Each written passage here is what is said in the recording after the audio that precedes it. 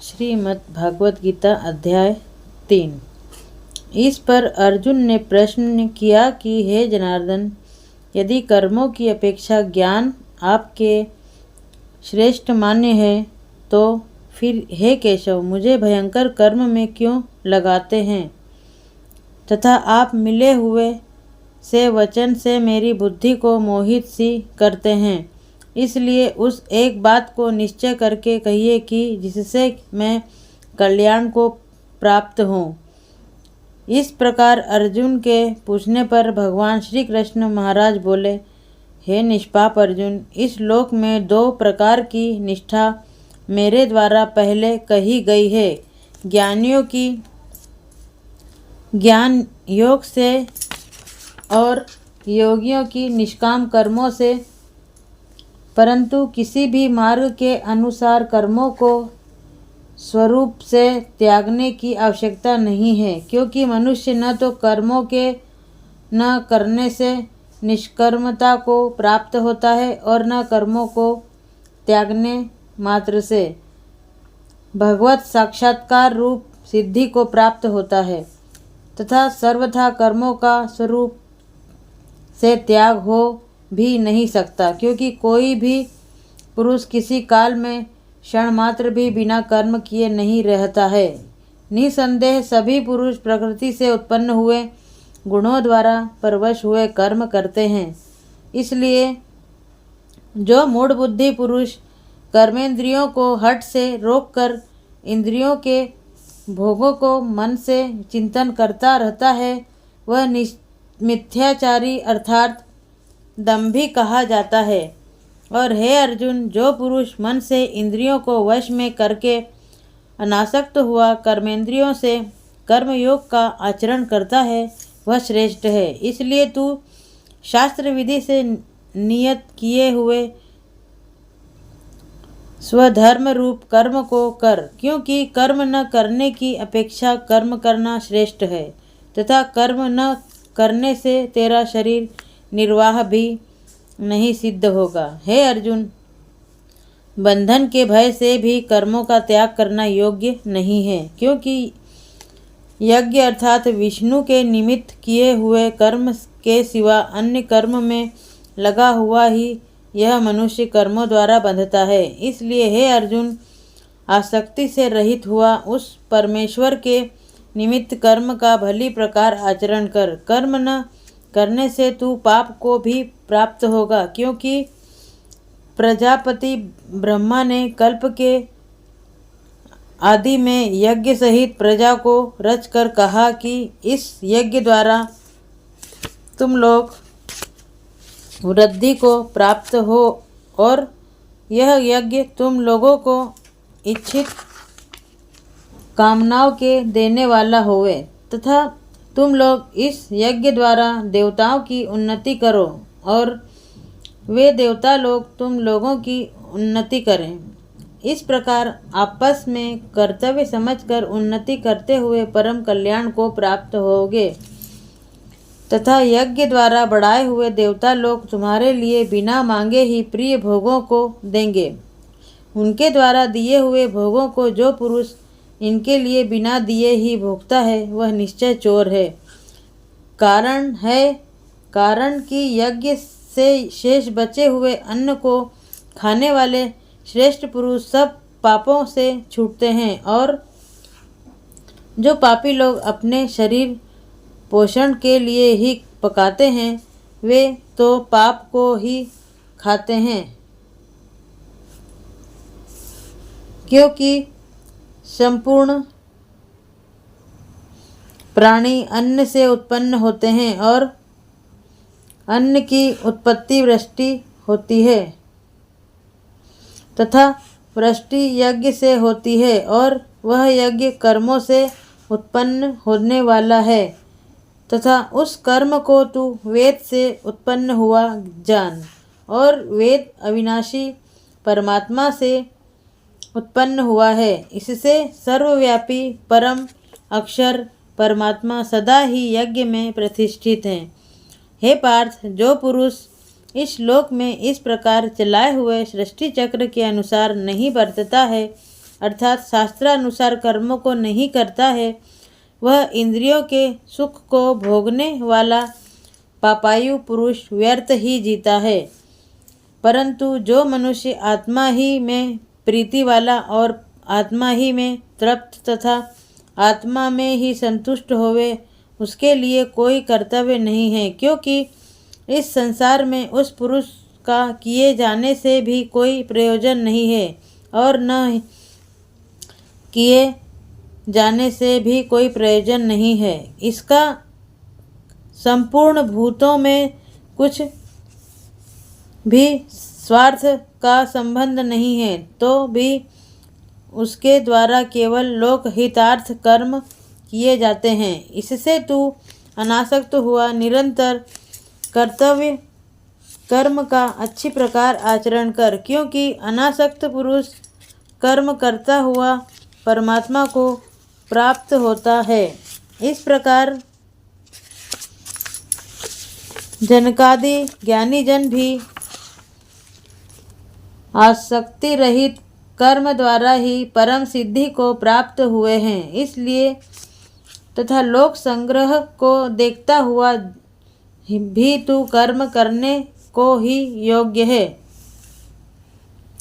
क्योंकि श्रेष्ठ पुरुष जो जो आचरण करता है, अन्य पुरुष भी उसके ही अनुसार बरतते हैं। वह पुरुष जो कुछ प्रमाण कर देता है, लोग भी उसी के अनुसार बरतते हैं। इसलिए हे अर्जुन, यद्यपि मुझे तीनों लोकों में कुछ भी कर्तव्य नहीं है तथा किंचित भी प्राप्त होने योग्य वस्तु अप्राप्त नहीं है, तो भी मैं कर्म में ही बरतता हूँ, क्योंकि यदि मैं सावधान हुआ कदाचित कर्म में न बरतूं तो हे अर्जुन, सब प्रकार से मनुष्य मेरे बर्ताव के अनुसार बरतते हैं, अर्थात बरतने लग जाएं, तथा यदि मैं कर्म न करूं तो ये सब लोग भ्रष्ट हो जाएं और मैं वर्ण संकर का करने वाला होऊं तथा इस सारी प्रजा का हनन करूं, अर्थात मारने वाला बनूं। इसलिए हे भारत, कर्म में आसक्त हुए अज्ञानी जन जैसे कर्म करते हैं, वैसे ही अनासक्त हुआ विद्वान भी लोक शिक्षा को चाहता हुआ कर्म करे।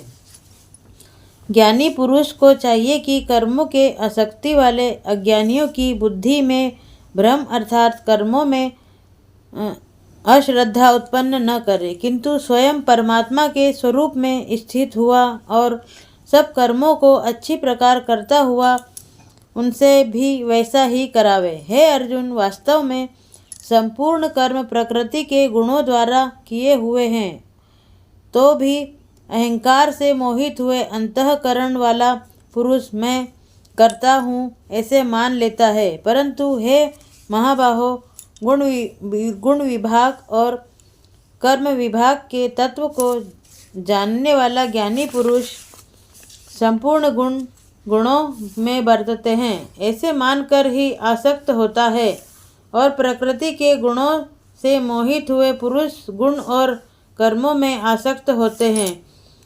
उन अच्छी प्रकार न समझने वाले मूर्खों को अच्छी प्रकार जानने वाला ज्ञानी पुरुष चलायमान न करे। इसलिए हे अर्जुन, तू ध्यान निष्ठ चित्त से संपूर्ण कर्मों को मुझ में समर्पण करके आशा रहित और ममता रहित होकर संतान परहित हुआ युद्ध कर।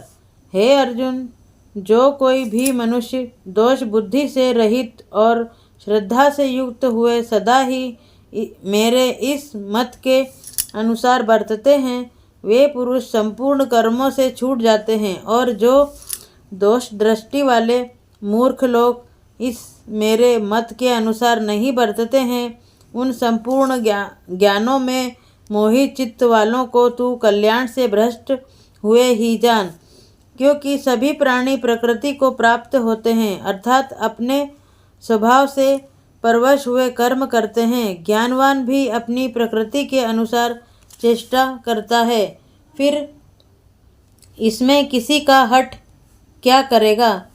इसलिए मनुष्य को चाहिए कि इंद्रिय के अर्थ में अर्थात सभी इंद्रियों के भोगों में स्थित जो राग और द्वेष हैं, उन दोनों के वश में नहीं होवे, क्योंकि इसके वे दोनों ही कल्याण मार्ग में विघ्न करने वाले महान शत्रु हैं। इसलिए उन दोनों को जीतकर सावधान हुआ स्वधर्म का आचरण करे, क्योंकि अच्छी प्रकार आचरण किए हुए दूसरे के धर्म से गुण रहित भी अपना धर्म अति उत्तम है। अपने धर्म में मरना भी कल्याणकारक है और दूसरे का धर्म भय को देने वाला है। इस पर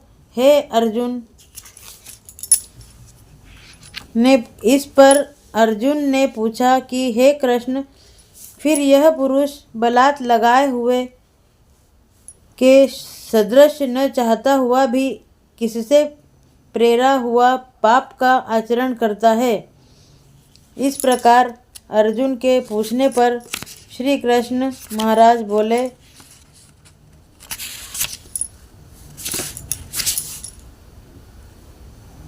हे अर्जुन, रजोगुण से उत्पन्न यह काम ही क्रोध है। यह ही महा अशन अर्थात अग्नि के सदृश भोगों से न तो तृप्त होने वाला और बड़ा पापी है। इस विषय में इसको ही तू वैरी जान। इससे जैसे धुएं से अग्नि और मल से दर्पण ढका जाता है तथा जैसे जेर से गर्भ ढका हुआ है, वैसे ही उस काम के द्वारा यह ज्ञान ढका हुआ है। और हे अर्जुन, इस अग्नि सदृश न पूर्ण होने वाले काम रूप ज्ञानियों के नित्य वैरी से ज्ञान ढका हुआ है।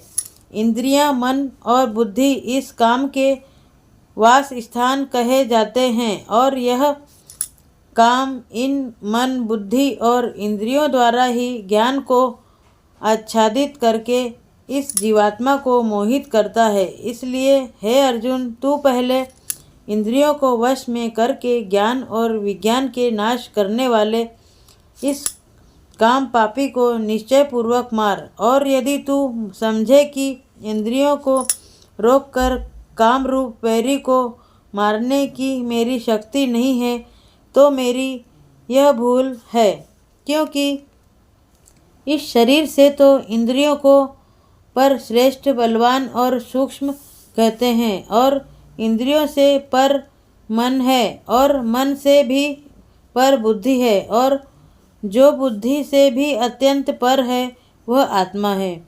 इस प्रकार बुद्धि से पर अर्थात सूक्ष्म तथा सब प्रकार बलवान और श्रेष्ठ अपने आत्मा को जानकर और बुद्धि के द्वारा मन को वश में करके, हे महाबाहो, अपनी शक्ति को समझकर इस दुर्जय काम रूप शत्रु को मार। इति श्री भागवत गीता रूपी उपनिषद एवं ब्रह्म विद्या तथा योग शास्त्र विषयक श्री कृष्ण और अर्जुन के संवाद में कर्मयोग नामक तीसरा अध्याय समाप्त।